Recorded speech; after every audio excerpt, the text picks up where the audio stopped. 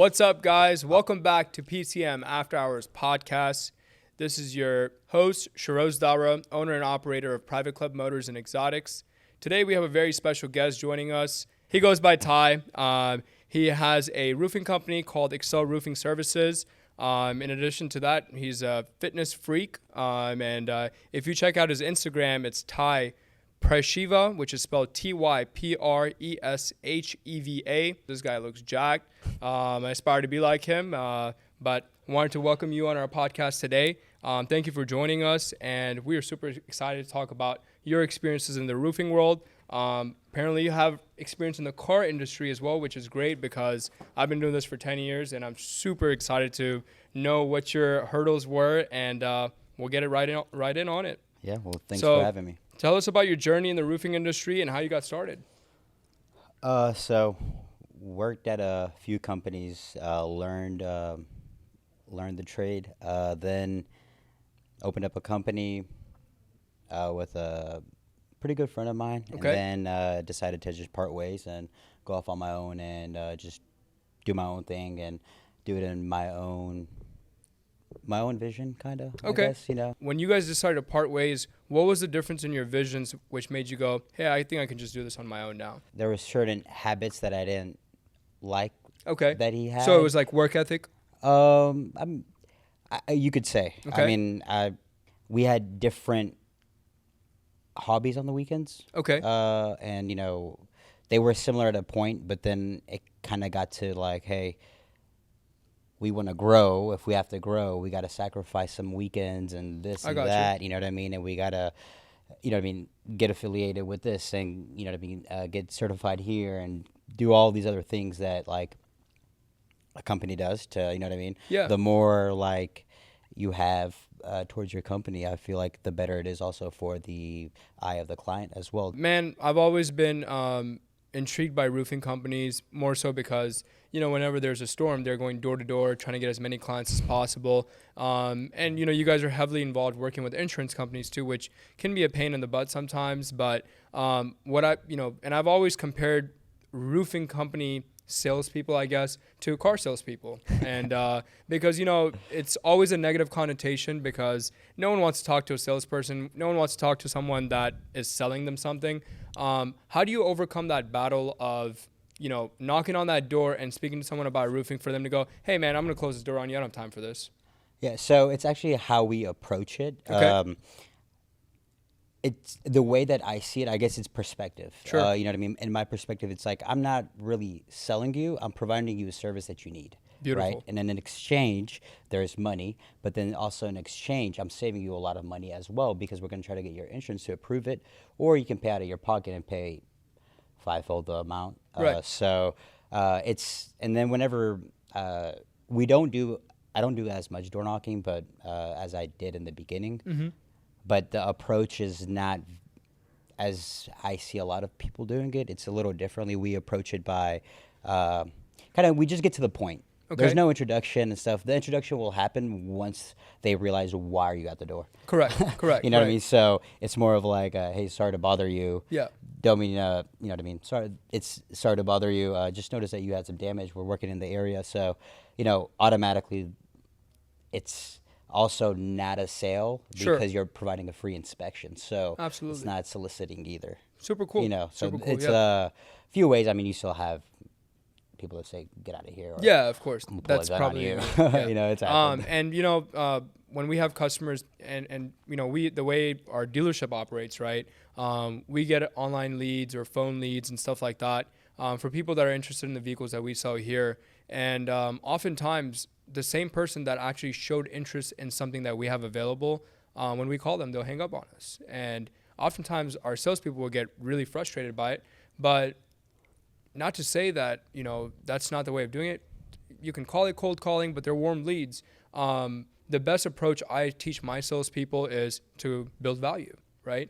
If a customer's in the door and you're showing them a vehicle, which we're in Houston, man, there's a dealership at every step, right? I mean, just Same with roofing, man. Yeah, exactly. So, you know, if you're where we're sitting right now, if you go around us, there's just dealership, you know, all around us. How can you differentiate yourself, you know, from all these other competitors? And the way we do it here at Private Club Motors is when a customer comes in and comes to see a car, we're not only just selling them a car, we're first of all advising them financially because they're probably going to get a loan to finance these cars. But more so than that, we're actually building value in the product that we're selling them. So yes, no one likes to be sold anything. No one likes to buy a product. But when you explain to them how that fixes a problem, and the goal is to give them a solution to their problem. And when you give a solution to someone's problem, they're willing to, compensate you for that. And if you notice, if you go to a smaller car lot compared to a bigger dealership, their profit margins vary quite a bit, right? If you go to a small car lot, they'll work on small margins. If you go to a big dealership, they'll work on bigger margins. But the reason why they're able to capitalize on that bigger margin is because they're showing you a lot more value in the product that they're selling you. So I want to come to the roofing side. What kind of value can you build for your customers to go for your roofing company instead of the 10 other ones that are, across the street? Well, that's actually first, like what we said in the beginning is just being accredited into a lot more things and being certified through our manufacturer to be able to provide them warranties that not everybody can provide. Okay. And then another thing is we're not going to take a client if they want a cheap roofing system. Gotcha. We only do 30-year shingles or above that. Gotcha. If a client wants a 3-tab, we advise them why we don't, and we give them the knowledge. Gotcha. And if that's what they really want, then they can go to a different company. We're just not going to do it as a company. You don't want to put your name on it. I wouldn't want to take a picture and put it online or something like that. Makes sense. It's just also knowing the liability under that, Sure. and you're not going to get the warranty coverage that you would on a 30-year shingle. Yeah. And then on top of that, something happens, let's say 3 years down the line, they're going to call me, or 4 years down the line, they're going to call me and say, hey, like you installed this roofing. So it's like I would rather not deal with that, and I want to provide quality. And I think that's also something that goes in business in general. It's providing quality. Sure.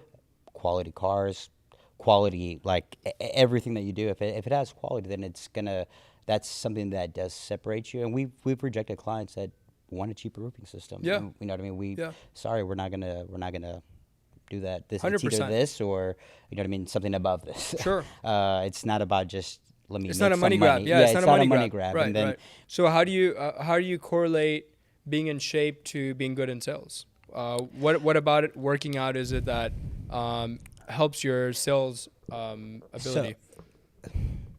Is it like a mental thing? It's a mental thing, right? It's like, so whenever you see progress in the gym, right, then you realize that you can see progress in your life. Then you realize you can see progress in your sales. So you know that whenever you have a hard workout, right, you keep pushing, and then you have, after a few months and stuff like that, then you'll start to see results. Right.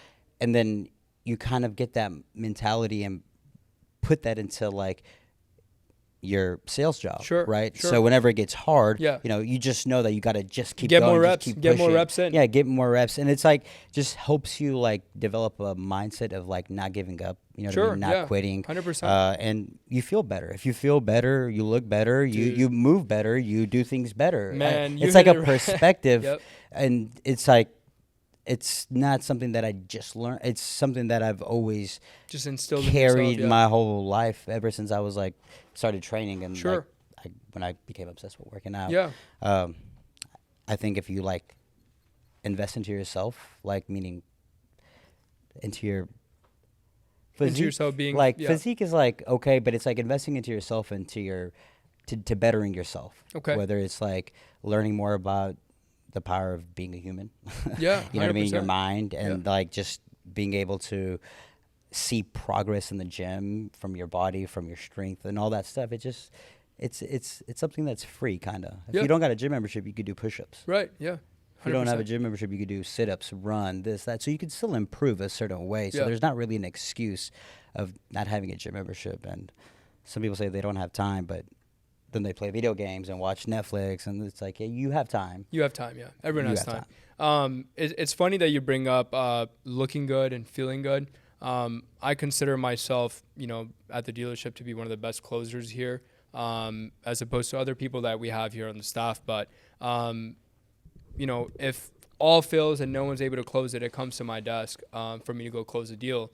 And I'll be honest with you, the days that I wear a suit, I close a lot more deals. or compared to if I'm just wearing slacks and a shirt or if I'm wearing a polo one day.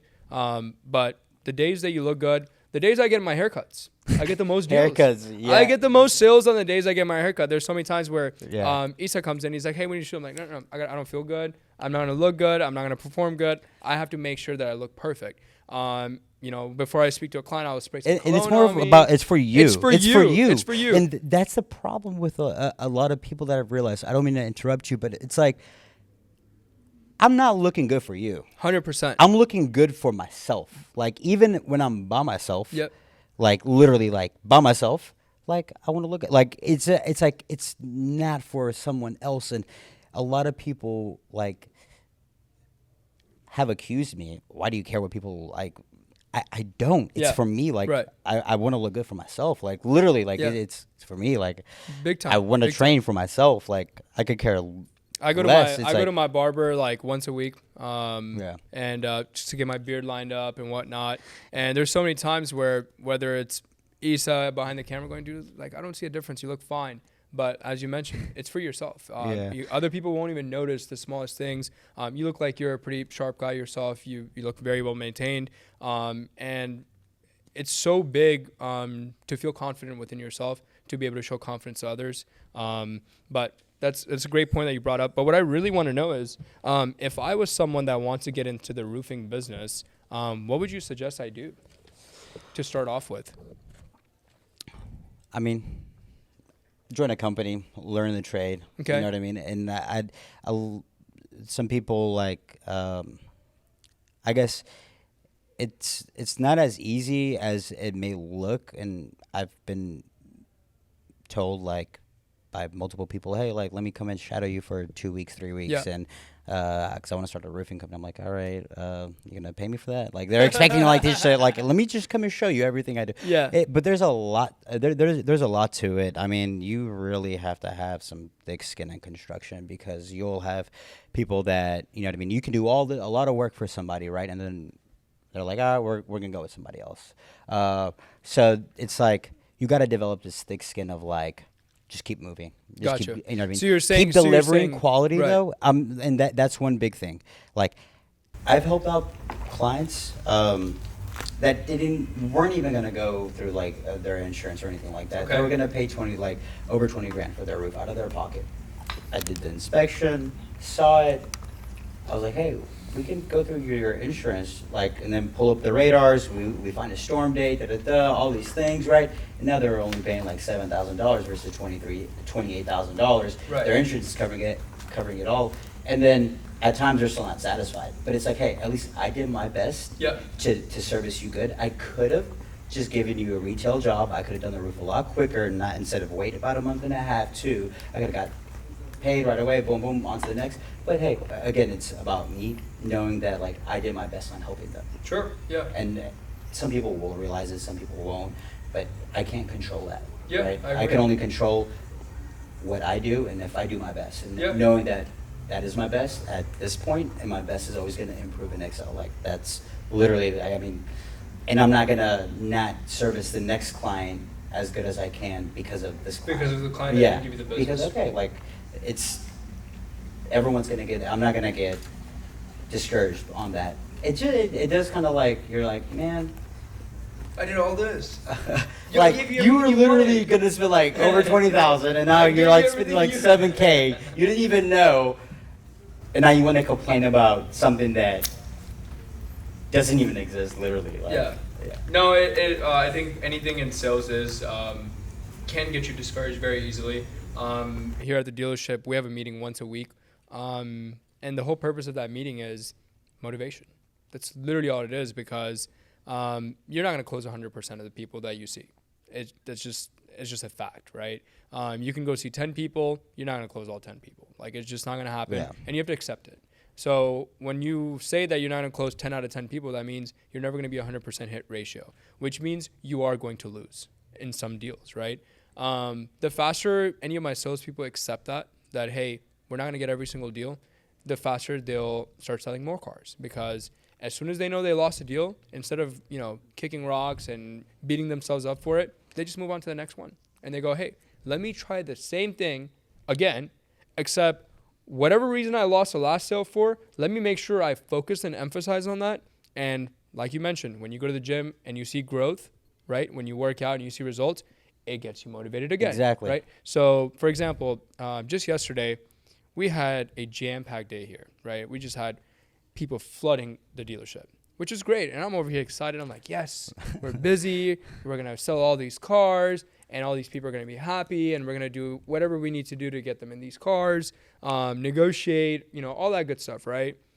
I'll be honest with you. We sold 0 cars yesterday, which is like mind-blowing. Like, how do we sell 0 cars on a weekend?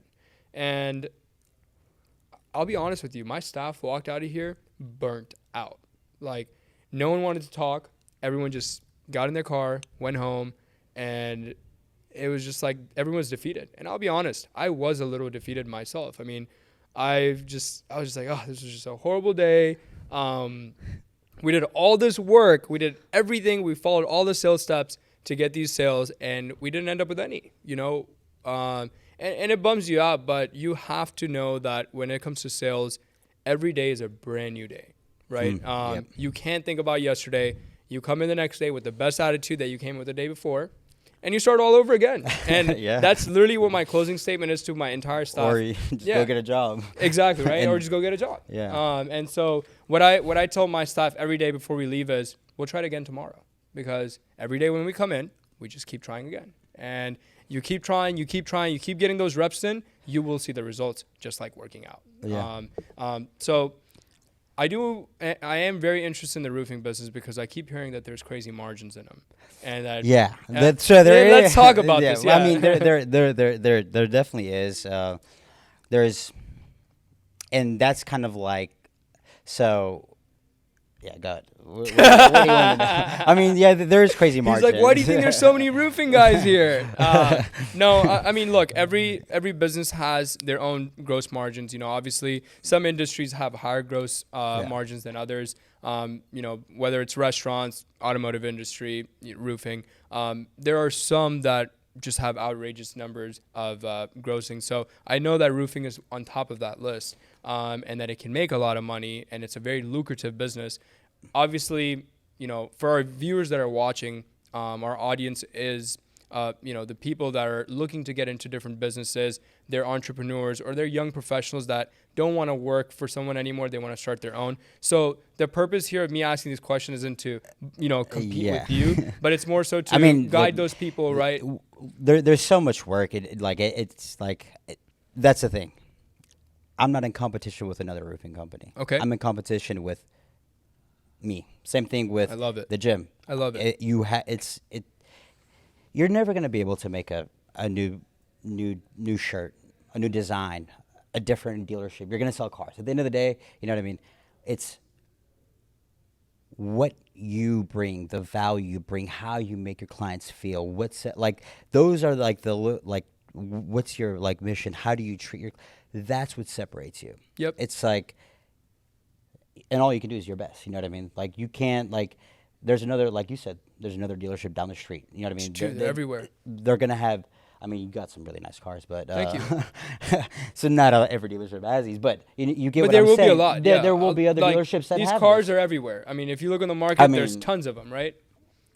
Well, thank you, Ty. I appreciate it. Come check us out. We got some awesome cars that he hasn't seen apparently. Thank you, Ty. But it's how you service your clients. You know 100%. what I mean? What 100%. energy you bring to them and stuff like that. I think that's what separates you. And at the end of the day, how much you work. Correct. How much you work. And in the roofing industry, there's literally so whenever the oil field situation happened, right, where a lot of people were losing their oil field jobs, and it was going downhill. It was a downturn in the market. So what happened is a lot of those people were oh, roofing has oil field money. So there's a whole bunch of I've seen just these random new companies just pop up out of nowhere, boom, boom, boom, and it doesn't bother me, right, at all, because again, you can't control it. I'm still gonna provide the best. All I gotta do is all right, how can we keep improving? Correct. How can we individually keep improving to be able to bring even more value and more value? Because there's always more to learn. There's always, especially in our industry, there's a lot there's a lot that goes on, from like commercial to residential to dealing with insurance carriers. Some people just see it as like, oh, putting on a roof, right? Yeah. It's like, that's the simple part.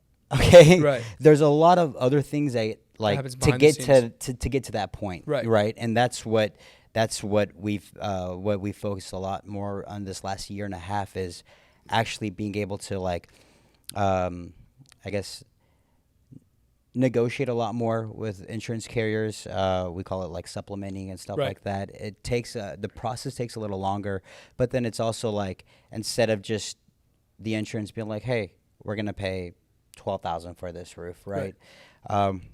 We'll review it and we're like, well, we'll send them back an estimate, our own estimate, and then we'll also, like, at times they'll miss damages. So then we try to get everything paid. Right. Whether it's interior to flooring to fencing to siding on a house to windows, anything that's damaged. So Sure.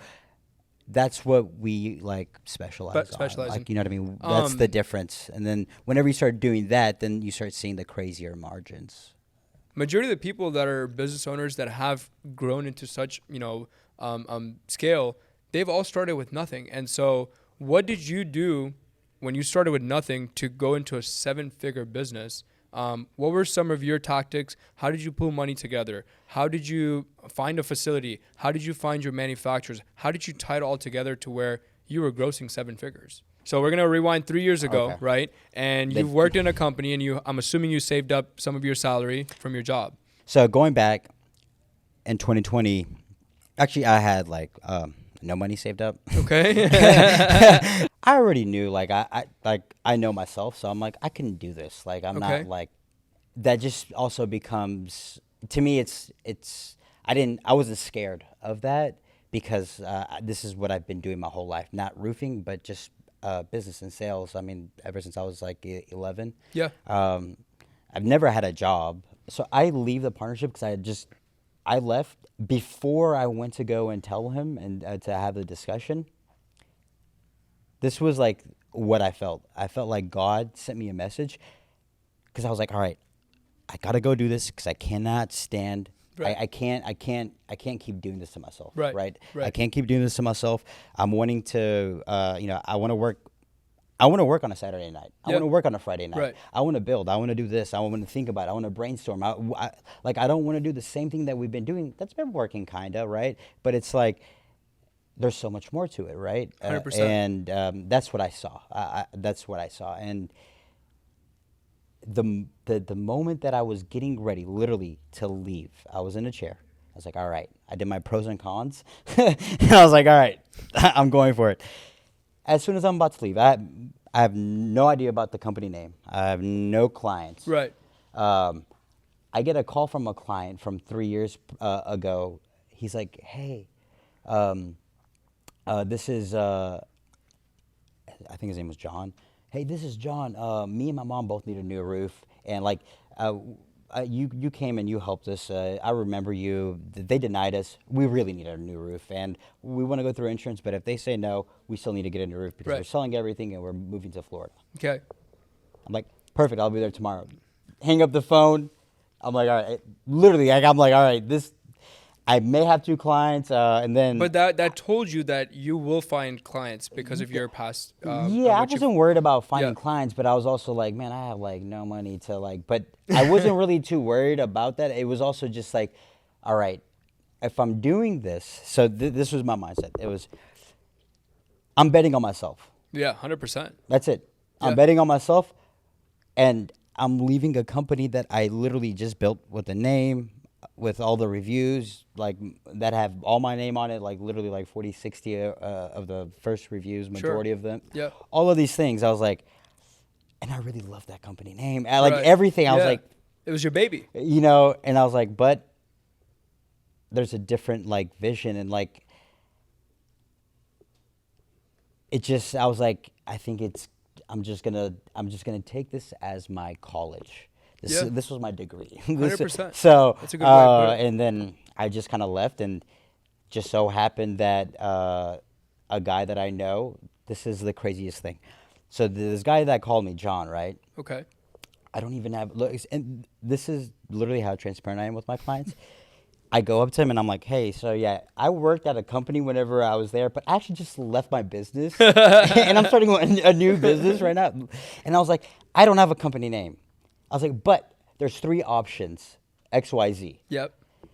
Which one do you think sounds cooler? Like literally, I was at the kitchen table asking them, which one do you company think? name do you think Which sounds one? better? You know, and I had 3 contracts, Yeah. right?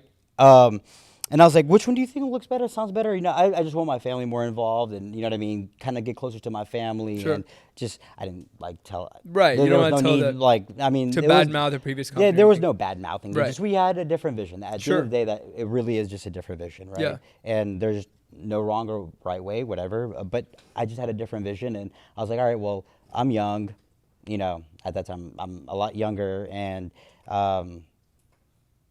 let me just start. It's fine, whatever. You know what I Yeah. mean? It's not my first time starting over. It's Exactly. not my, and I've been doing this. I've never had a job, so I was like, I've only done sales my whole life. Right. So it's like, I wasn't nervous on like starting. It was just kind of like just that fear, like, all right. And the thing is, like, that touched me. It was like, it was a very good like friend, right? Like I considered a brother. So it Sure. was like, it was Yeah. more of like losing that relationship. 100%. Which hurt me more than like actually losing like that business. I agree. It was a relationship, and that's what hurt more. You know, no matter what you say, like no matter what, it's like and it's like, dude, I left and I started from zero. Though, like, why would you be mad?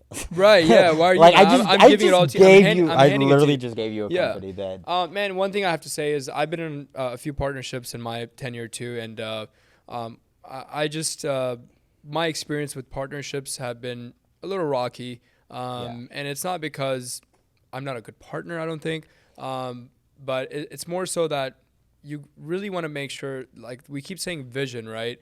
But what do we really mean by vision? Is it the type of customer service you want to provide? Is it the type of product you want to provide? Or is it the type of money that you and your partner both want to make? You know, there's so many different things, but what you mentioned was that your previous partner was your friend, right? And Really, really good friend. Right, And I had just lost my brother too. oh, well, I'm sorry to hear that. I had just lost my brother, so it was like having like my guy friends around Right. was like A way to fill that void. a way to fill that void. Yeah. So whenever I did that, it was like it was very hard, man. I agree. I'll tell you. I'll be Yeah. honest with you. Like, you know, just literally, like my brother had just passed away. My whole family's in Europe. I mean, I have like my siblings here and my parents, but it's like I knew at that point, like, all right, Ty, like if you do this, you're probably not gonna keep this relationship. Yeah. And that's the like, worst part. Yeah, and it was like really like that was like, you know, because we were really cool, man. Like, you know what I have a mean? question for you. Would you ever, if you were to ever partner up with anyone else in your future endeavors, would it ever be a friend or a family? You see, I don't look at it like, yeah, it could be a friend, it could be family. I think it's not about if it's a friend or a family. It's about the morals and their habits of life and what they actually do and like how hard do they actually work. So I'd have to look at their like character, Their work their ethic. traits. Okay. You know what I mean? Their work ethic, their traits, and their intentions. Because I think at the end of the day, like if I service a client, like I always everything I do, it's like to have my best intentions to service this person good. Of course. Right. Yeah. And I can only control what I can control, and if there's other things that happen, there's other things that happen, right? Right, there's external and factors that you can't control. It's happened. Yeah. You know what I mean? My biggest that's thing the is, thing. you know, till date, whether I'm sitting in this dealership or not, but there's times where I'm on the sales floor and there'll be some clients of mine where I'll service them myself because, you know, these guys have been sticking with me or buying from me since before I had this dealership when we were a small car lot. And so if those customers come in, I still go down. I don't let my salespeople handle them because they want to come see me. And I've never noticed a client that bought from me personally, not from my dealership, but from me personally, to leave without a smile. I mean, regardless of what situation they're in. And I think the way, I guess this is my vision or that other partners didn't align with, because a lot of times business for a lot of people is just money, right? It's not about servicing a client or seeing someone happy or solving a problem. It's just about how can I make money? Don't get me wrong. I love making money. There's a reason why I'm sure you work a lot. I mean, Yeah. people see me and they see the dealership and they go, wow, this is cool and this is great. But they don't know how many hours go behind the scenes. I mean, I work 6 days a week. Like, I've been working 6 days a week for. Don't count hours. Yeah, I literally, like, how many hours did you work? I don't know. I've been working all 6 day, days like, a week. You know, I don't know. coming into the store, I come in here 6 days a week, man. And I've been doing this for the last several years. And a lot of people forget to realize that there's a lot of hard work that goes behind it in order for behind the scenes. And even on Sundays, which is my only day off, I'll be sitting there buying cars or doing something just to make sure, because your mind is entrepreneurism inside of you. Your mind's never at ease. Yeah, your that's mind's never how at ease you because know there's you always are. something to improve. There's always something to improve. When a third person sees my dealership from the outside perspective, they really think that I have made it. And when I look at my dealership, I just think this is just the beginning. And quite honestly, because it is. This is, I mean, it was cool 2 years ago when I opened it, when I was like, wow, I've made it. But 2 years later, when you've done this, you've seen it, you've learned from it, you're like, okay, man, this is cool, but what's next, right? You always have to have that challenge to yourself, right? And I'm sure you feel the same way. For me, I look at, other industries, and a good reason for this podcast is learning about other people's industry, learning about the roofing industry, or learning about fitness, or, whatever, learning about restaurants, because there's more to it. I mean, I could just say here, thank God and knock the wood, I do great for myself and I'm very comfortable where I'm at. But for me, it's not about that anymore. It's more so about what can I do to challenge myself and constantly learn more, right? And for me, I've seen with my business trajectory, my gross sales have doubled every year. Since the last 10 years, every year my sales double. And that's my goal, right? Because how do you really grow a business? You got to set goals. You got to set targets. If you don't, everything just kind of becomes blurry, really, really blurry. And it had become blurry for me too, because there was a time where I was just like, yeah, okay, everything's good, whatever.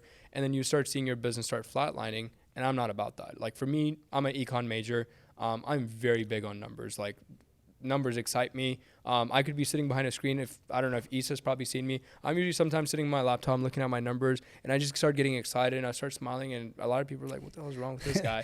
But quite honestly, it does. I mean, because that's my results, right? Like when you go to the gym and work out and then you flex in front of the mirror, when I see my numbers on my laptop, that's me flexing in the mirror, 100%. And what I like to see is, I'm a big graph guy too. This is what I like to see with my graphs. I like to see this always. Don't we all? Yeah, of course. and don't get me wrong. When you look at the bigger picture, the graph's doing this. But if you like go into it, it's doing this, right? It's doing up and down, but it's still going up, right? When you zoom in, right? When you zoom in. Exactly. And I used to beat myself up, man. I'm not gonna lie to you, because with the way our business is, we look at a monthly basis. We look at overall monthly basis, and then you go to the quarterlies and the annualies and whatnot. But for me, my very small scale is monthly, right? So there'll be months where I'm just scratching my head and I'm like, we're doing this. And I beat myself up for it, because I just can't accept defeat. Like I have a problem almost. But you have to look at the bigger picture. And I learned that as I got older, a little bit more mature and wiser in the business, where you need to stop going so deep into it to where you start beating yourself up on the small losses, not realizing that in the long term, you're actually winning, right? Yeah. And the only way you do that is you look at the bigger picture. And so for me, doubling my gross every single year, that's my goal. I hit it every year. A lot of people don't know that. People that are involved in my business don't really know what goes on behind the scene in my office when I'm working on these things. But how do we get creative, right?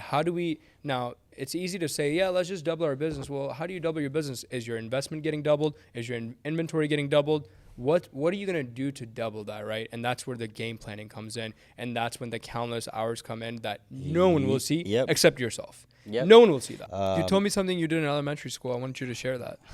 Oh, yeah. In elementary, whenever everyone was selling candy, we were... That was me. You were selling candy? Oh, yeah, dude. Yeah. I was selling like bracelets, like G-Unit bracelets and candy. Well, my dad owns a dollar store, dude. So like I used to go to my dad's store. I used to pick up like a bunch of like wrist at that time, like those Nike bands were like really popping, right? And so I would just pick up a dozen, huh? And I would just come in and I was charging them 4 or 5 times. My dad was surprised. He's like, bro, I can't even sell them for this price at my store. Take all of them. And I was banking off it. But you were selling what? Paper cell phones. Paper cell phones. Because everybody wanted a cell phone. Tell us what a paper cell phone is. Okay. So it looked like a razor. Okay. You know, like because everyone wanted a razor. Everyone wanted a razor, right? Yeah. So the thing about it, there was a few people in my elementary, 2 or 3, and one of the guys, he was the candy dealer. Everybody would like buy candy from him. So I was like, all right, like I got to do something because I mean, so whenever we came to America, my dad was like, all right, guys, this is America, lawyer, doctor, or entrepreneur. Yeah. And me and my brother were just like, all right. We're definitely going to be like, we always had that talk and stuff like that. So I made paper cell phones, and it was a flip phone. It was designed, I mean, it was crayon, penciled, you know. And then if whoever you had a crush on, a celebrity, we had that person, it was like they were calling you. You know, everybody wants a cell phone, especially during that time when I was in elementary. It's like, became like more to like society, but not to an elementary person, but to like the older people. How much were you selling those cell phones for? It depended on the client. It depended on the type of phone. Oh, okay. All right. So if it was a flip phone, it was like $3, $2, and then the paper I was just like literally like school? I mean it was it wasn't even like white like printer paper. Oh, okay. So like the margins were ridiculous. Right? Let's just say that. Roofing margins. No, you know, anyone that is an entrepreneur or ends up being a successful entrepreneur, I do feel like it has to be a drive within you, and it starts at a very early age where you start seeing the value of money, right? Even if it's on a smaller scale, like in elementary school selling cell phones or me selling candy or bracelets, we start learning what money is. We start learning a trade, right? You pick it up for a cheaper price and you can sell it for higher just because you're bringing it at a convenient location. Mm-hmm.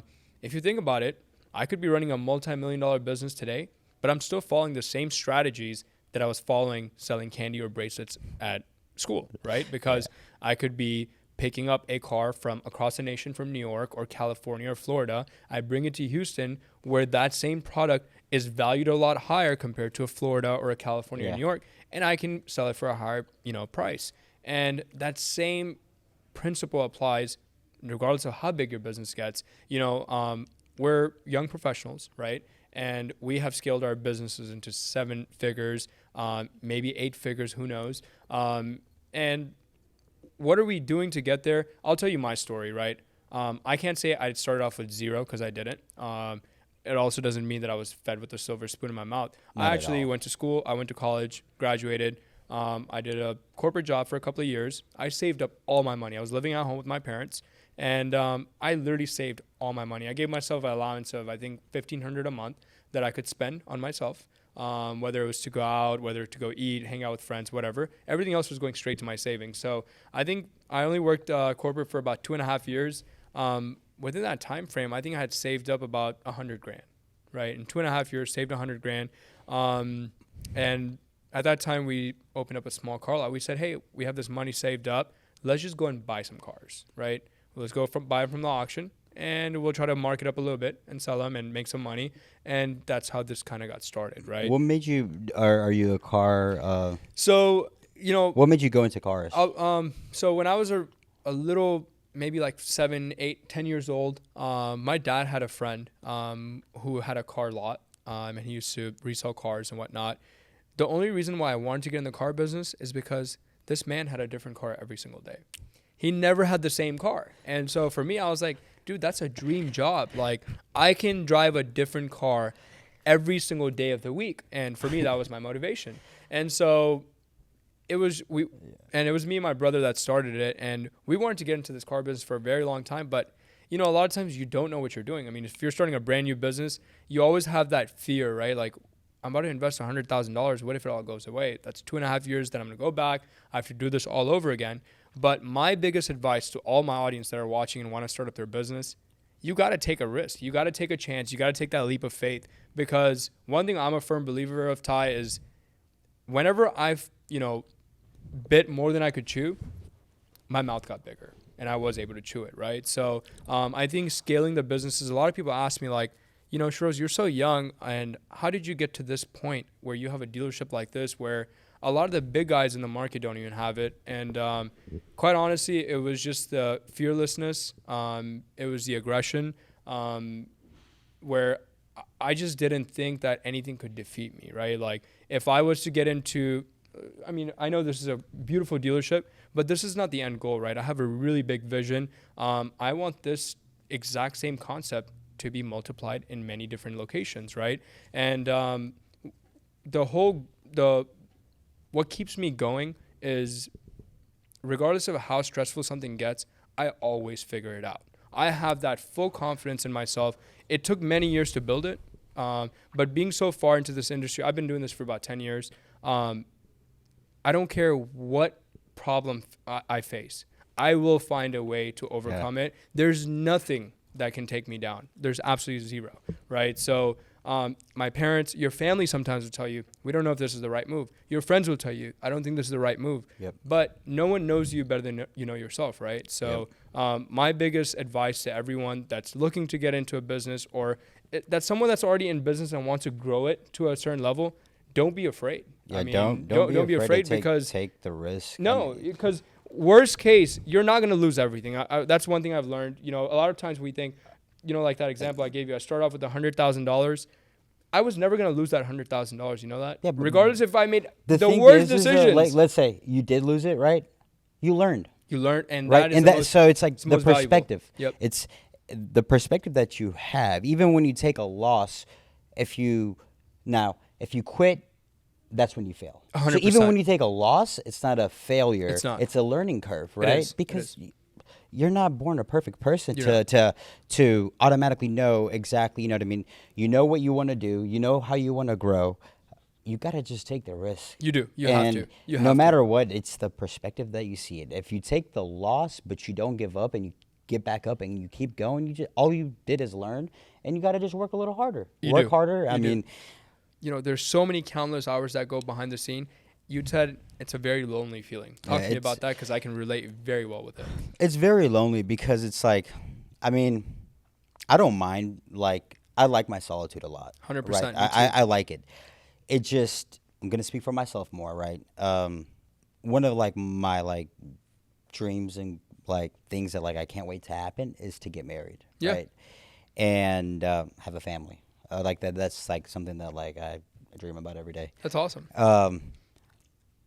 But it's finding somebody that can accept your workaholic hours. But it's if you don't do that, then if you don't put in the work, then you're not gonna get to the point to where you want to get. And whenever you're a true entrepreneur and not a wantrepreneur, and that's the thing, a lot of people, I believe you can relate to me. A lot of people nowadays are becoming entrepreneurs because they think it's cool. Mm-hmm. It's mainstream. Bro, I've been doing this. It's mainstream to be honest. I'm not a billionaire or whatever right now, yeah. but it's I've been doing this. I started selling cars at 11. It's not something that I do because it's a trend. It's the only thing that I know. And it's it's the thing about entrepreneurism is you're a creator, bro. 100%. And it's whenever you have your solitude, it's you become in creation mode, right? Big time. Right? Big time. You think of the craziest ideas and you're oh my God, I apparently have right? a look. Huh? A lot of people point out to me, I have a certain look where I'm in my creative mode, and it's usually when I'm just zoned out. Yeah. Completely zoned out. And I think of all these creative ideas, and then I'll call Issa or I'll message. So I'm I want to do this and I want to do that and this and that. And whether it's marketing, whether it's a new sales tactic, or whether it's a new strategy of getting so excited, right? You're so excited. Dude. And for me, my one thing I've learned is you have to write it down right then and there, because it only comes for a second and then it goes away. Yeah. Because you'll be distracted again. So whenever I go into I call it me time, and I find my me time very important. because like you said, that's a time where I can get very creative. And typically for me, that's in my bedroom. Like, it's me time. I can think of billion-dollar ideas on what I can do with my company. I think it's the most valuable time for me. And like you said, it is a very lonely feeling, but it's not a lonely feeling. You know, when lonely has a negative connotation. Yeah, so it's not like lonely, like, oh, like I'm so alone. lonely. Yeah, I'm by myself. Because technically, like, I could not be alone. Like, I literally, like, you know what I mean? The issue is not like, the issue is not like lonely because I can't get somebody. Correct. It's lonely because by choice. Yeah. And it's like, to me, from my experience, like, I haven't been able to find somebody that is willing to put up with like my working hours, and I will not give that up. Right. I will not give up. Sorry to break it down to you, Ty. You're gonna have to. Okay. Look, I tried to give it up, bro, and it still wasn't enough, and it was like. Anyways, whatever. I will, right? I will, like, and I'm fine with it, right? Yeah. But it's like whenever, so that's my thing. Whenever I am giving my time away from what I'm doing, to that individual, like, I would love for them to appreciate that time, 100%, right? 100%. Because that's what I'm gonna do. Whenever it's like I'm giving you that time, it's 100% your attention. Like, forget everything, right? And it just sometimes it's valuable. Yeah. No, time is valuable, man. And one thing that I'd like to say is, as entrepreneurs, I like to consider myself an addict of work. Like, I like to come up with ideas and find out what I can do better. And every day I get to do something that's better than yesterday. And that's all it is, right? You just keep getting better as days go on, which is why they say experience, right? The more experienced you are, the more successful you'll be, is because you're learning you're just getting better on a daily basis. However, I do want to mention that having a balance is very important. Because I have burnt out in the past. There's been times where I overwork myself to where I'm just burnt out, and I will check out. Like, literally check out to a point where everything will collapse. Literally, everything will collapse, and then I'll come back in, and I'm like, oh my God, I got so many fires to put out. And that's very, very unhealthy for a business. And in my early career, with my tenure with Private Club Motors, my business was like this constantly, because I would hit my goals, then I would forget about it, then it would drop again, then I would hit my goals, and then when you look at a overall picture over the year, and then you're like, this wasn't anything great. And I think the biggest thing that the biggest trait behind success is consistency. And again, we can relate that to working out again. Dude, I go to the gym, and I got back into the gym again. I worked out a lot in previous years, but I started back up again, and I'll be honest with you, my workouts are shit. Like, horrible workouts. But you know what I do? I go every day. I just go. You show up. I just show up, man. Just and show I up do every something. Yeah. Even if it means to go sit on a bench and just sit there, I will go do it, because that's where it begins. I have those days too, dude. I literally, like, I will. But the thing about it, to me, it's like whenever I go to the gym, it's not even sometimes about the workout. It's not. Sometimes it's just to be like, when speaking for myself, whenever I step inside the gym, it's this feeling that I get that I can't explain to you, that sometimes I will literally just go to the gym for like 25 minutes and just do some arm curls, just do abs, get in the sauna, just to go. Yeah. And it's because I'm really busy, or I don't have the energy for the gym. Yeah. But as soon as I step foot in the gym, I'm like, all right, it's go time. It's go time. I got it. Let me go do some curls. Let me, like, know. So it just happens sometimes like that. Like, and you know what it is? What you're doing is you're not skipping. You're just being consistent. Every day you show up. And I think the same applies for work or careers. You just can't give up, right? You can't. And I think, how do you burn out, right? And let's talk about how do you burn out. We said, if you want to be consistent, right, and you don't want to burn out, how do you manage both of those things? Well, you keep a balance, and that's what I was telling you earlier. That's what a wife will help you with. Yeah, that I don't have. But you have to keep that balance to where there is a time you have to shut off your brain. I know as an entrepreneur, I think it's one of the hardest things is to shut off your brain and stop thinking about work. But it is very, very important, and it's very important for your mental health too, to just shut everything off. And a lot of times people use gym as that, where they put their headphones in 100%. and they're zoned out. Like Yeah. I don't have a workout partner. I choose not to have a workout partner. It's better. Just because. I prefer to work out by myself. Yeah, because for me, that's my time where I just spent 40 minutes, hour. Put on like just some good music. Yeah. A And just- podcast. Dude, a lot of times I'll just be at the Yeah. gym. If I jump on a treadmill, I'll just, just hang out, listen to my music, and I'm just jogging through my thoughts, right? And I think as a man, it's very important to do that. And Yes. I think you bring that on the table as well. But I want to move forward, and I want to talk about a little bit about your car lot that you mentioned that you had, because I started off as a car lot, and I know what a car lot takes, and I know what the challenges are. And I've been a porter at my own car lot where, hey, I have a customer coming, I got to run out and wash his car myself. Dude, yeah. And it's a crazy journey, man. It's like crazy. That car, dude, Tell me, what did you do in a car lot? How did you buy cars? What did you do? auctions. Oh, you went to auctions. And how did you get introduced to the auction? Hobby. Airport? Bro. Yeah, I forgot some of the names of them, but so. Mannheim, Odessa. Yeah, Odessa. I know, Yeah, exactly. Well, I was 11. My brother was like 14. He was 3 years older than me. Okay. I learned everything, and also like my brother was like my biggest inspiration, and like super like. I looked up to him like I was like, damn, how is this guy so smart, dude? How is this guy like literally born like? I'm like, but you have like no idea. My brother like was 12 years old. My dad was in Iraq. Okay. We were getting ready to like purchase a home and this and that. My brother was 12, meeting with contractors with my mom. She didn't know English, and like he was like talking. Like I was like, how? Like so I was like, I literally like I'm so grateful that like I had somebody like as him. I do too. The time that I have an older brother he was that's exactly 3 years older than me. Yeah. The time that he was here, like by never forgetting him, is carry his traits that he left me here with. That's beautiful. That's the way that I remember him, and Yeah. like he's one of my biggest like pushes. Hey man, that's awesome.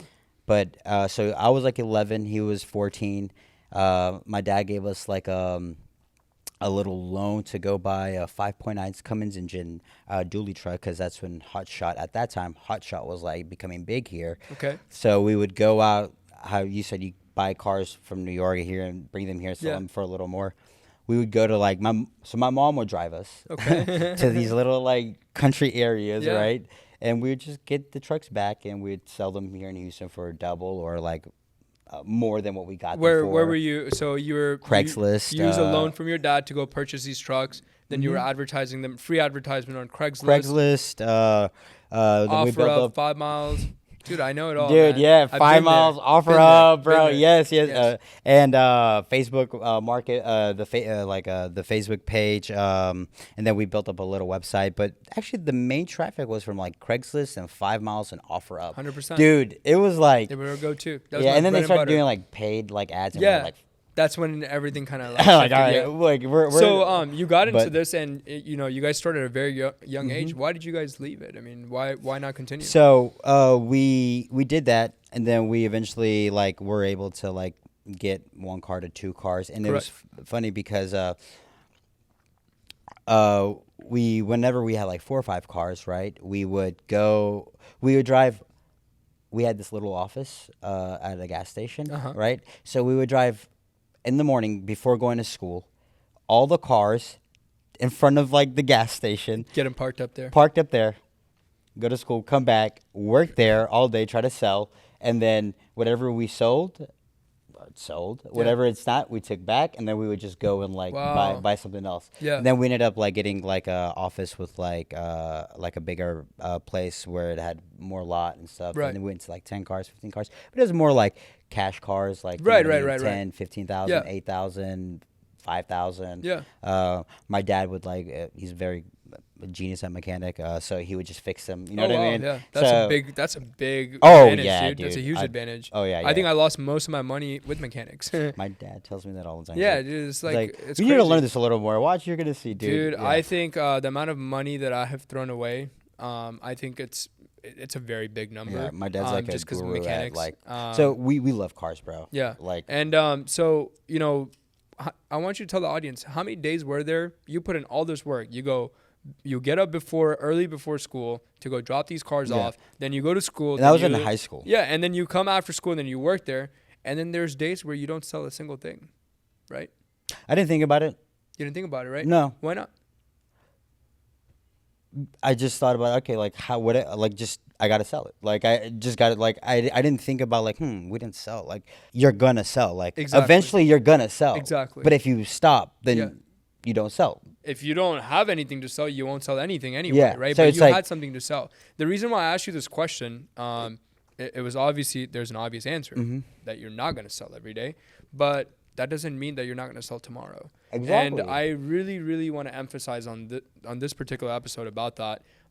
It's something that a lot of people are very afraid and that, hey, I have this product to sell and I didn't sell it today. So you know what? This product sucks. I just don't want this product. I don't want to sell this product anymore because no one wants to buy it. They get discouraged, right? And then because they didn't sell today, they get discouraged. So, and that's why it's good to work out. Because you don't see results right away, right? You don't. You'll see results, and then you're like, oh, shit, I got abs. Oh, my shoulders look a little bigger. Oh, my chest. Yep. Oh, I'm getting stronger. Yeah. Oh, I'm losing some weight. Yeah. So that's why it's like cool to not cool, but like good to like work out. Yeah, I agree. It's the correlation that you can like do it to like reality, but you get discouraged. People get discouraged. 100%. Then they give up, but they don't give up right away, but mentally they get discouraged and they carry that energy on to the next day. 100%. To the next day. That's why you gotta just. Can I be honest with you? I'll tell you a true story. I think once I had the car lot, I think about after 4 or 5 years into the business, I thought about quitting. Told my parents, told my brother, I was like, yeah, I'm gonna get out of this car business. They're like, why? You've been doing it for so long. This is boring. I don't sell every day. They're like, okay. I was like, yeah, I mean, what's the point of being in a business where I'm not making money every day? They're like, what are you talking about? I was like, I need to make sure that, because, you know, if I go work at a job, right, I'm going to get paid hourly. Whether that business sells anything or not, they're going to pay me, right? I like to have that feeling that whenever I go into work, whenever I'm leaving my bed, I better come home with some money, right? And when you're an entrepreneur, that doesn't happen. Like a lot of days when you get out of bed and you go to work, you probably won't make money. And it is a very, very disturbing feeling. And you have to have, like you said, very thick skin to be able to overcome that. And, you know, when you're much younger and when you're new into something, it's a lot easier to give up than now. I mean, I may have thoughts about it even now till date where I'm like, why don't I just get out of this business? I could just sell everything off and maybe start something else because, you know, why am I dealing with all this stress? Yeah. But I just want to share this with you. You can, but I just want to share with the audience that you're not going to win every day. And just like when you go have bad workouts, you took a L that day, but in reality, you didn't take a L because you showed up. Yeah. And for me, that's something I've learned over the long term being into this business so long that the reason why I come in 6 days a week is to show up. So that way I don't give myself excuses about why the business didn't perform because I can just be like, oh yeah, I didn't show up. That's why I didn't perform. No, I'll show up every day. Even if there's nothing to do, even if I have a dead day, no appointments, 0, I still show up because that's all that matters is that you show up. As long as you do that, everything rolls after that. Consistency. Kind of like when my brother passed away, is when just everything changed in my life. Okay. That's literally like... You just took a step back after that. I mean, there was really no other option. Yeah. It was a very difficult moment. Okay. Emotionally and everything. But all I've really done is use that as... see, it falls down back to perspective, right? 100%. And I always tell myself, like, if I was up there and he was down here, what would I tell him? Gotcha. Right? I know what I would tell him.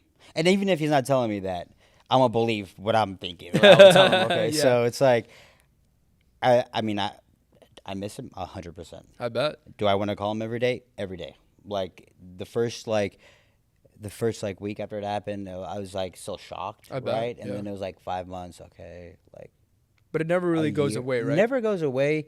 You just depends on the type of person you are, Sure. right? And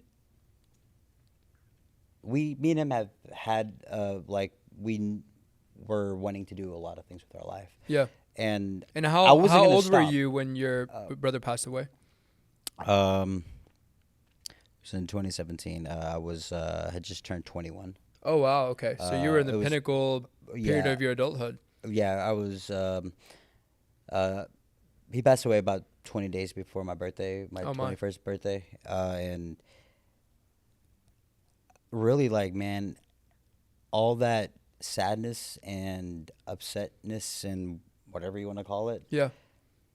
I just tried to channel that energy into like doing the best that I can every single day, and being the best that I can every single day, and just never forgetting like his ethics and like who he was, because he taught me a lot. Like, Yeah, I literally, bet, man. man. He taught me a lot, and we just that day my whole life changed like completely, like 180. Yeah, I bet, man.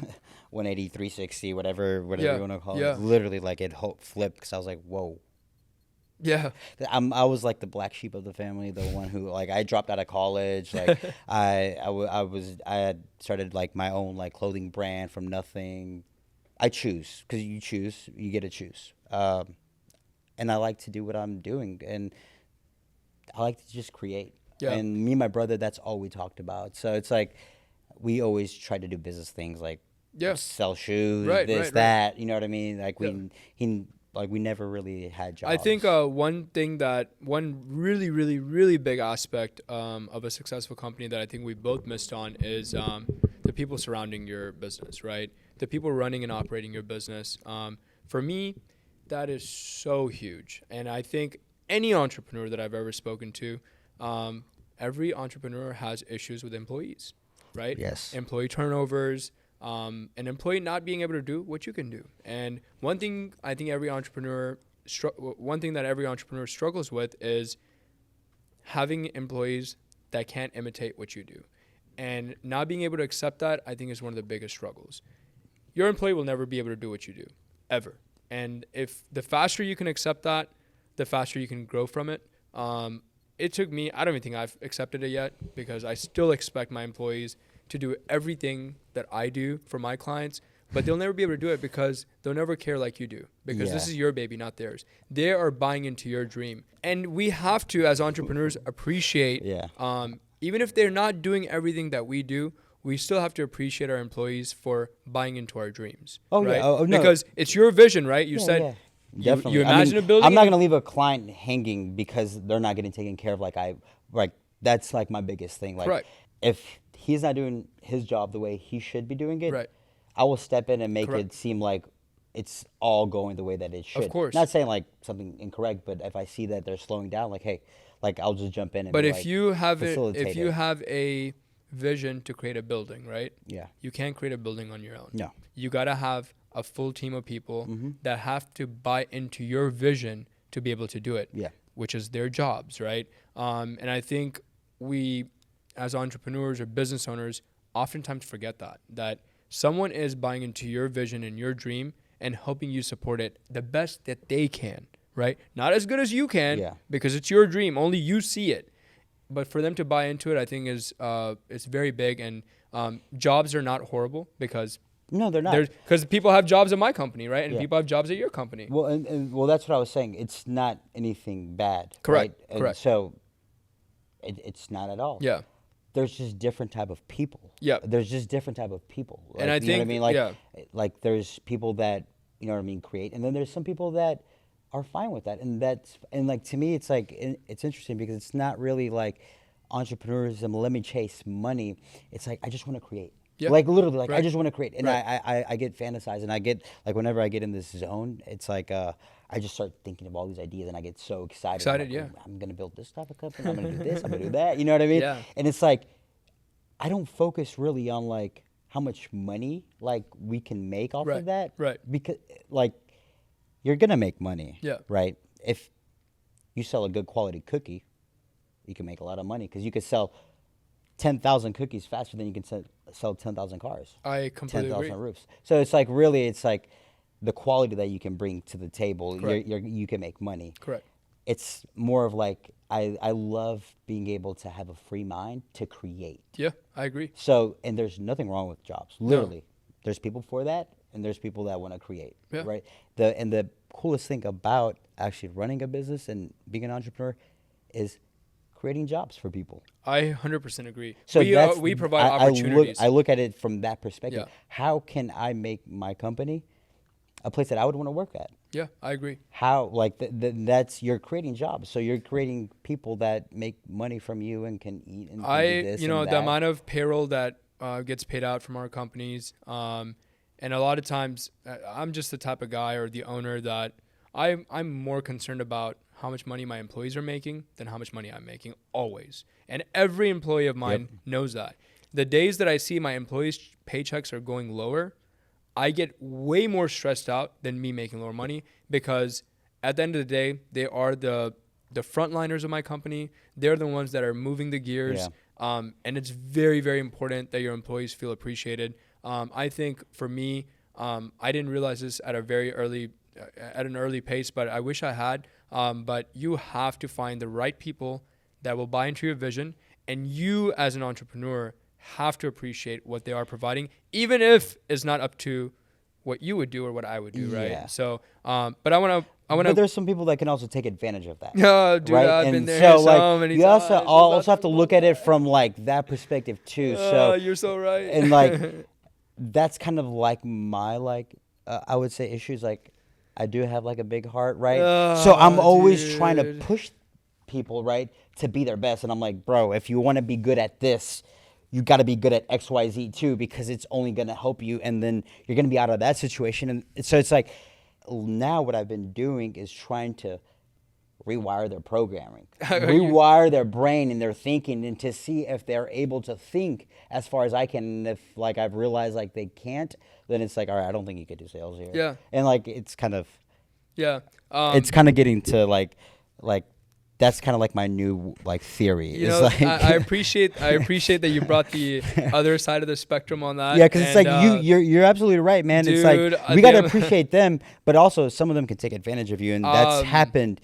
The amount of times I've been taken advantage of in my career, man, is a lot. Trust me. And I know exactly. Having a good heart is very expensive. I've learned also, very expensive. I think majority of the money that I have probably lost is because of who I am as a person. I'm not going to say I'm a saint, but I do have a good heart. I don't like to cheat people. One thing that's very important to me in my entire business, one thing is my reputation. My reputation has to be top notch. If any person on my team is affecting my reputation, I immediately cut them off. Immediately. Like, you have no room here, because my reputation holds the highest ground. Because if it's my reputation that represents my company, and if you can't represent that alongside with me, I don't have a space for you, right? And there's no negotiation. So how do you get rid of them? What do you do? Like, because you know what you're saying is so true, but that's the thing. My issue is like I've seen that, and it's not letting people go because waiting for them to change. Yes. And literally like. I guess your question is helping at what point do you more than I should have. Yeah. Paying them what they're supposed to get paid, but not doing the work that they are actually doing. Right. Me having to step in and like that's like kind of like my thing is like I need to get better at just being like I used to be really, really good at they say hire slow, fire fast. Yeah. I need to really get with that, but it's like I'm horrible with it. And same here. Firing. You want to just be like, I want to make you better. I just want to make you better. Like, the thing is, as an entrepreneur, drain yourself, you man. You see potential in someone, and you really want them to kind of get with the program. But you have to give yourself a deadline, and the way I've learned that is, what I have in my company now is a 3-month probationary period. Right, you have 3 months to prove that you are worthy. Even if you don't show me the results in 3 months, you just have 3 months to prove to me that you have the skill set and you have the potential to be great, right? In those 3 months, if you can't show me that you have potential, I got to get rid of you, right? But I will give you full 90 days to prove your worth to me. I don't expect results in 90 days because that's not long enough, right? Yeah. Especially someone that's brand new into a business or brand new into an industry. You can't expect them to change your business around in 90 days. It's not going to happen. Yeah. But you have to give yourself 90 days. So deadlines is my way of, getting rid of people. So anyone that, joins Private Club Motors, first 90 days, they're on a probationary period. If they prove their worth to me, they're going to stick with me. Yeah. And I will guarantee them that I will show them how to make money, but I will not make them money, right? I will show you how to. The rest is up to you and how to make it. I mean, but you have to have a cold heart as a business owner at some point where you have to draw the line. For me, I was one of my top employees that I had here who made me the most money I've ever made in this company. That was also stealing from the company in one way or another. But he was running the show. And, you get put in such a tough position when the person that's driving your business to get rid of that is very hard. Because you know what happens? As soon as you get rid of them, you have to be balls to the wall, right back in that same position where you started from, and you got to build it right over again. But it is very important that you let them go. Very important because if you don't, they're like a mosquito. They will suck you dry. Yeah, I know exactly what you mean. What happens? What would you do if that individual says they changed and they want an opportunity again? What do you do? That's a really, really tough question. I'm just imagining, right? That same person. Because like this has happened to me, right? And currently, like, this is the situation, right? And I'm like, to be very honest with you, man, if I'm just gonna be, and I want to give them another shot. Straight up honest with you, but it's like, if I'm just gonna be like completely blunt and honest, if you messed up once, you're probably gonna mess up again. If not now, you changed for now, right? That person may have changed for now, but who's to say they're not gonna change back? Yeah. Right. And is it really worth dealing with that headache and that stress when that person does change back and then having to go through that whole process all over again? I mean, at the end of the day, if someone had an opportunity and they messed it up, I'm a firm believer in second chances. But there's limitations to that, right? And so for me, it's like, if it's like a small position, like for example, and don't get me wrong, I don't think any position is bigger or smaller than the other, but just to give you an idea, let's say my housekeeping lady here, right? The maid that keeps his dealership clean. If she messes up and she didn't clean the floors one day for 5 days straight, and we kept telling her and we fire her, and she wants to come back the next month, go, hey, I promise I'll be on top of it. Yeah, I'll give her a chance, right?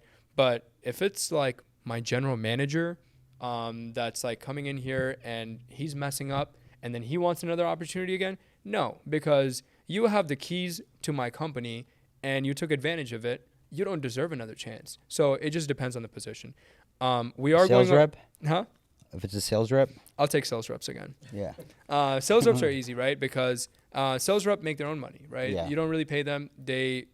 Sales reps to me are like, they have their own small business within your big business, right? Yeah. So that's how I tell all my sales people, like, hey, you're not technically my employee. You are your own boss, right? You dictate how many cars you're going to sell. So yeah, if you mess up because you screwed over one of my clients and you want another chance, I want to know how you changed and what you're going to do differently. Then yes, I will definitely take a second chance. So sales reps are always good, man. There's always a shortage of sales reps. So if you're looking for a sales job at Private Club Motors, I will take, as long as you have your own mode of transportation, you are presentable, and you can speak well. You have a position available, right? Come to Private Club Motors. We've been talking about a lot of great things, and I think we can relate in so many different ways, being completely from two different industries. But it's good to know that regardless of what industry you're on, a business is a business and it operates like a business, and we can all relate to it, whatever industry you're in. But what I really want to get into, because all my viewers, they watch me because they like cars, they're car enthusiasts. So we want to talk about cars, right? Like what cars you drive, what cars I drive, what's your dream car, etc. So what cars do you have and what cars do you drive? Pretty big F-250. Okay. Lifted. I mean, yeah, you're a roofing company. It's expected. Yeah. It's like souped up. Yeah. Pretty big. It drinks gas like water. Oh yeah, I bet. Like literally. And then I have a Tesla. So you have two opposite spectrums. You have a gas guzzler, and then I you have an one electric that car. saves. But then the one that saves you gas, it's like when you drive it fast, it just runs out of battery so fast. So then it's like you gotta stop and like you get a little charge again. Yeah, whatnot. stop real quick. So Make what's your dream car? Ferrari Enzo. Ferrari Enzo, nice. Mine is a LaFerrari. That's my dream car. Yeah. And I will own it one day. Oh, I love it. That's one of mine right? too. But it's like over $2 million right now. But I will get one, at least for the showroom floor. One thing good about being in a car business is you don't ever own a car. So I actually don't own a car. To be very honest with you, like if you ask me, Shiroz, what do you drive?